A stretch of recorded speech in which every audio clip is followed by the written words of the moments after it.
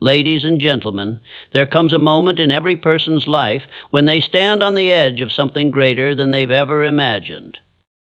But before that moment comes the storm. You see, when God is about to give you something big, He doesn't start with the blessing. He starts with a breaking. He doesn't begin with comfort. He begins with preparation. And most of the time, preparation looks like chaos. But here's the truth I want you to lock into your spiriting. The size of your struggle is a prophecy about the size of your destiny. If it hurts more than ever, shakes you more than before, that's not the end. That's the sign.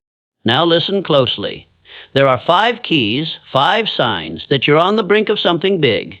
And if you embrace them, you won't just survive the waiting, you'll rise in it. When God is about to give you something big, the first thing you will often face is opposition, not from enemies in far places, but from things close to home. Friends will start to misunderstand you. Family might question your decisions. People you once counted on will begin to disappear, and the very ground you were standing on yesterday suddenly starts to shake. Why? Because when you are moving closer to your breakthrough, life doesn't get easier. It gets louder. The resistance increases. The attacks get more personal. The tests get more intense. But listen, opposition is not a sign that you're off track. It's evidence that you're on the right one. You don't attract resistance in the middle of nowhere. You attract it when you're about to enter territory that shifts the course of your life. The enemy doesn't waste ammunition on someone who isn't a threat. So if you're feeling pushed, pressured, and pulled from all sides, it means your presence is provoking something. Your very existence is announcing to the world that something is about to break, and heaven knows it. So does hell. Opposition is spiritual feedback. It's confirmation that the ground you're walking on has value. Diamonds don't come from soft places. Gold is not found on the surface, and neither is your calling. You must dig, and digging always stirs up the dirt. People may question your choices, but remember, they weren't given your vision. The moment you try to rise, you will threaten those who are content to stay low. The moment you speak life, you'll awaken those committed to staying dead inside. But here's what you need to understand: the opposition is not the enemy.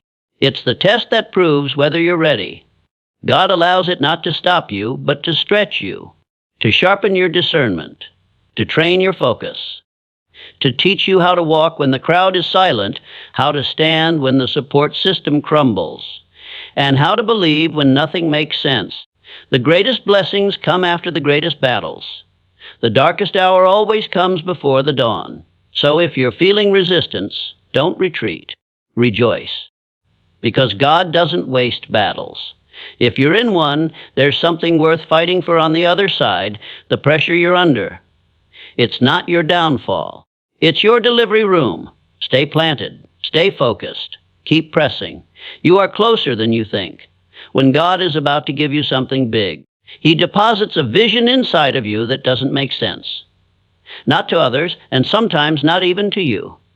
It doesn't come with a blueprint. It doesn't come with a safety net, and it certainly doesn't come with the approval of the crowd. It comes quietly, often in the stillness of your spirit, like a whisper that won't go away. And that whisper grows louder every time you try to settle for less. But here's the thing: when the vision is real, it scares you. Not because it's wrong, but because it's too big to fit inside the life you've known. It calls you higher, demands more, stretches you beyond what you've ever been. It wakes you up in the middle of the night, not with anxiety, but with urgency. You see flashes of it, glimpses of the person you could become, the impact you could make, the life you could live. And it excites you and terrifies you at the same time. That's how you know it's from God. He doesn't give small dreams to people with big purposes. He gives divine assignments that feel too heavy for your current strength, too expensive for your current resources, and too distant for your current reality. But He also gives you the exact measure of faith required to walk toward it, one step at a time. A vision from God is not something you can fully explain. People might laugh. They might say you're unrealistic, foolish, or too ambitious. That's okay. They weren't meant to see it. Vision is personal. It's revealed to you, not them. The size of your vision isn't a sign of arrogance. It's a sign of assignment. You weren't created to live at surface level. You were designed to dig deep, to reach high and to stretch into something greater than comfort. The fear you feel isn't a warning sign. It's a growth signal. It means you're being invited to step into the unknown, to walk by faith and not by sight. And yes, fear will show up. Doubt will try to talk you out of it. Logic will give you 1,000 reasons to wait, to shrink, to postpone. But listen carefully, your calling is not logical. It's spiritual. It won't always make sense, but it will always make progress if you keep moving. You see, fear isn't the enemy of vision. Comfort is. Fear can be overcome. Comfort is a trap. When the mind is definite, vision requires courage, the kind that says, I don't know how, but I know who. The kind that looks at the lack in your hands and still believes in the abundance of your purpose. The kind that walks forward without all the answers, knowing that clarity often comes after obedience. So if your vision scares you, good. That means it's bigger than you. That means you'll need to grow into the kind of person who can carry it. You'll have to mature spiritually, expand mentally, and discipline yourself emotionally. You'll have to stretch, sacrifice, and stay consistent. Even when no one claps, even when nothing seems to be working, the vision is not given to make you feel powerful. It's given to make you depend on the one who gave it. So don't shrink it to make others comfortable.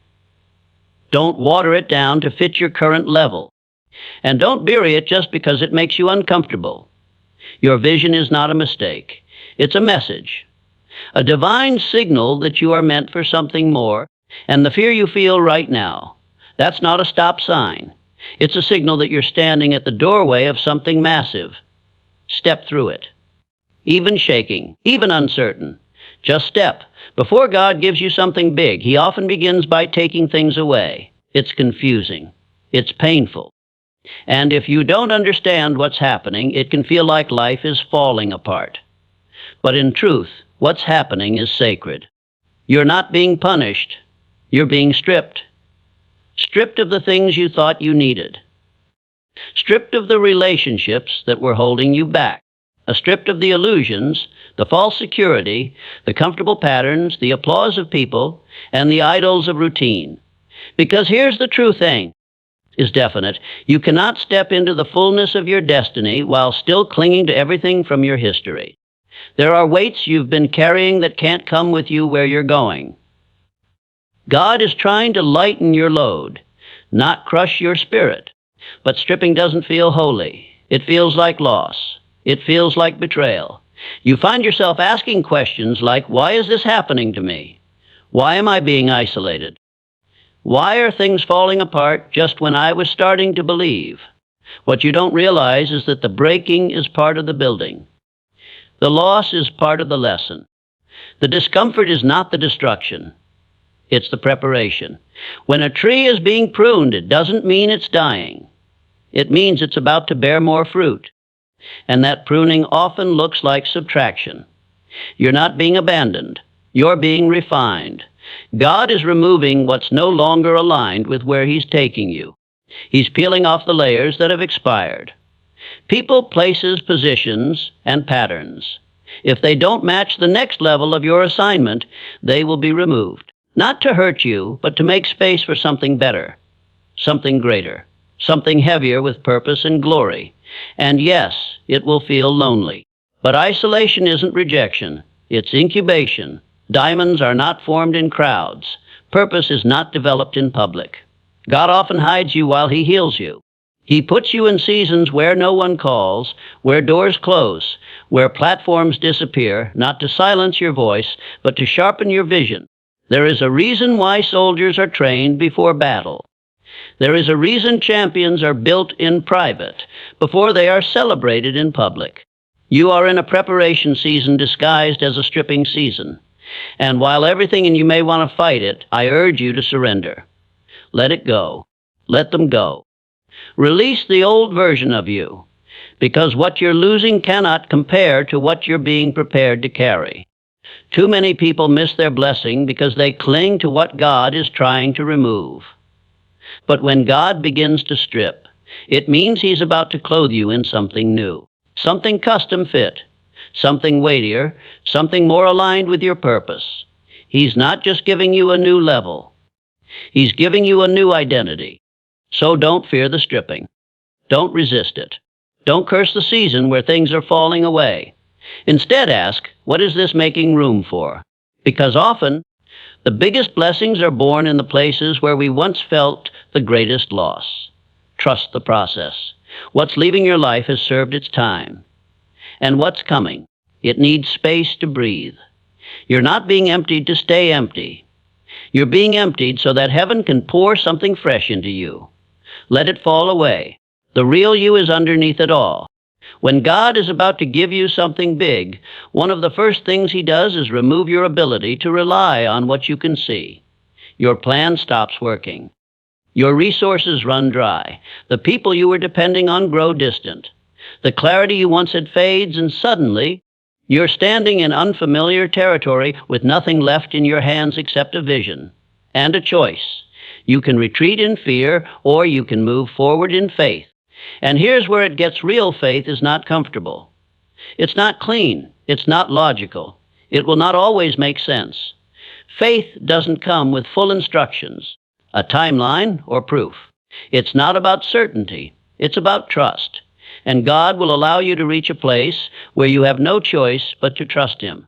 Because He knows you won't walk into something big unless He shuts down every route that leads to small.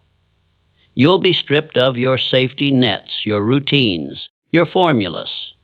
Why? Because you're being called to operate at a new level, a level where your old systems can't carry you anymore. What used to work won't work now. What used to be enough will fall short, because big things aren't built on logic. Big things are built on bold, unshakable raw faith. The kind that says, even though I don't see it, I still believe it. And that's when you begin to understand that God never called you to walk by sight. He called you to walk by vision, by conviction, by the quiet fire in your spirit that refuses to let go, even when everything around you is screaming, quit. Faith is trusting the process when the process is silent. It's moving forward when the map is missing. It's taking the next step even when the step after that is completely invisible. Faith doesn't remove the struggle. It gives the struggle purpose. It gives your pain direction. It puts divine pressure behind every step you take. And yes, it's scary, because everything in our human nature wants control. But God doesn't operate in control. He operates in surrender. He's not trying to teach you how to manipulate outcomes. He's teaching you how to trust Him beyond what makes sense. And the most powerful kind of faith is forged in darkness. Not when everything is going well, but when nothing is. When you pray and hear silence. When you act and see no result. When you obey and the door still don't open. That's when faith is born. Not the fluffy kind that sounds good in public, but the real kind. The kind that is dug out of the depths of disappointment, grown in the soil of silence, and refined in the fire of delay. God will put you in a place where your degrees won't help you, your talent won't open the door. Your connections won't call you back, because what He's trying to give you is too big to be credited to your own ability. He wants it to be clear that it was Him. So He'll strip away the scaffolding, not to leave you helpless, but to strengthen your foundation. Because a house built on faith can never be shaken. This is the truth. Faith will always demand a version of you that fear cannot recognize. You can't carry doubt and destiny in the same hand. You have to choose. And if you choose faith, even trembling, even uncertain, even while your knees shake, you'll begin to see doors open that no one else could have opened. You'll hear answers in silence. You'll grow even in isolation. You'll rise with no crowd, no applause, and no clarity. Just courage. So if you're in a season where nothing is working like it used to, don't panic. Don't give up. You're not broken. You're being transitioned. You're being trained to live on a higher frequency, where your survival is not based on what you see, but on who you believe. This is the life of those who are called to carry something big, a life built on faith, not formulas. And the moment you fully lean into that truth, the impossible begins to shift. When God is about to give you something big, the change never begins on the outside. It doesn't start with the job offer, the open door, the financial breakthrough, or the public platform. It starts quietly, almost invisibly, deep within. Before you ever see the blessing show up around you, God begins to do a deeper work inside of you. He reshapes your mindset, refines your character, shifts your desires, and prepares your heart to carry what's coming. And this is where most people get confused, because you're praying for things to move, for situations to shift, for doors to open. But nothing around you seems to be changing. You look at your life and wonder if the prayers are being heard. But what you can't always see is that the shift has already begun inside of you. Your thoughts are changing. Your values are maturing. What used to excite you no longer satisfies you. What you used to tolerate now disturbs you. That's not frustration. That's transformation. You're outgrowing certain mindsets. You're losing your appetite for shallow things. You're being retrained in silence, rewired in obscurity. And while it may feel like stagnation, what's really happening is a divine realignment. God is working beneath the surface, is definite, because he knows that external elevation without internal readiness is a recipe for collapse. He's not just trying to get you somewhere. He's trying to make sure you can survive once you get there. Because what's coming is not light. It's not surface. It's heavy.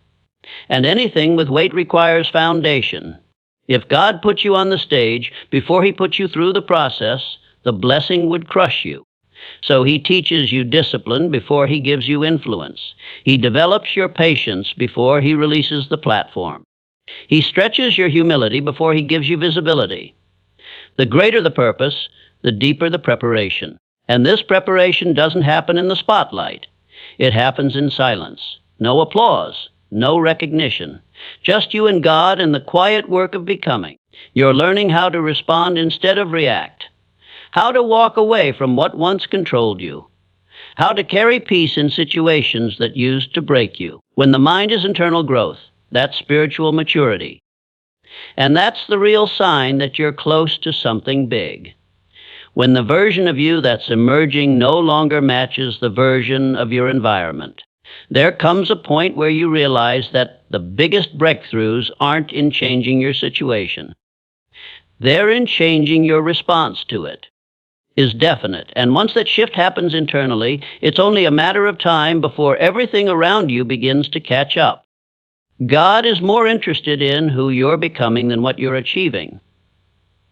Because who are determines how you handle what he gives you. So if it feels like your life is standing still, but you're growing emotionally, mentally, spiritually, that is not stagnation. That is sacred preparation. The soil is being tilled. The roots are going deeper. The foundation is being laid. Eventually, the external will reflect the internal. But don't rush it. Don't force a harvest before the seed is ready. You're being equipped to sustain, not just receive. That means letting go of old habits, confronting your own insecurities, healing from things that once defined you. All of that is kingdom work. Invisible, yes, but powerful beyond measure. So if you feel like things around you are unchanged, yet everything inside you is being turned upside down, don't resist it. Embrace it. This is what it feels like to be reshaped by purpose. This is the soil where true destiny grows. Because before God changes your life, he changes you. When God is about to give you something big, he makes you uncomfortable. Not to destroy you, but to develop you. Don't misinterpret the delay as denial. Don't mistake the pressure for punishment.